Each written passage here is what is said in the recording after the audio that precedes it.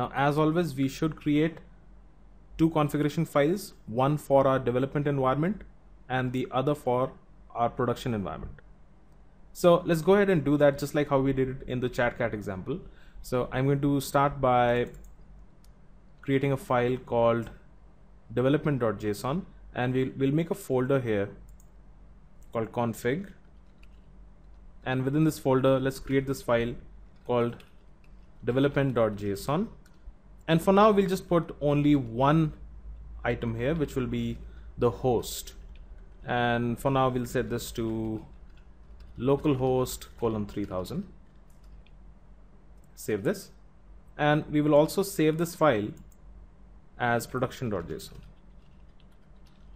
So as we keep configuring services, as we keep adding more content, we'll keep changing the actual elements in this file, but for now just copy the content from the development.json to the production.json, right? So once we have this, let's close this out. We will also create another file called config.js. We'll put it in the config folder again,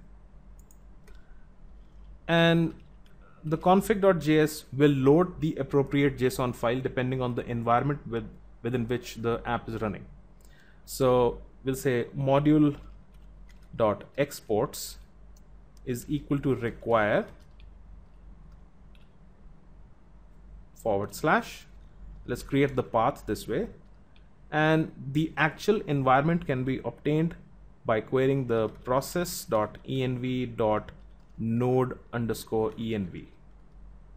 Okay, so if this attribute is available, use that, or simply default to the development environment, and this would be followed by the .json. So that's going to load the file for us. Save this out, and let's go back into the app.js, and in the app.js what we'll do is we'll put a comma here, we'll type config. So let's create a variable called config and set this to require / config/config.js. Okay, so this is what gets the configuration module loaded into our app. While we are at it, I'm also going to use app.set to create a key called host, which will be set to config.host. Okay, so once we have our production environment ready, we will put the host value for the production environment in the production.json, and that will get automatically loaded in here.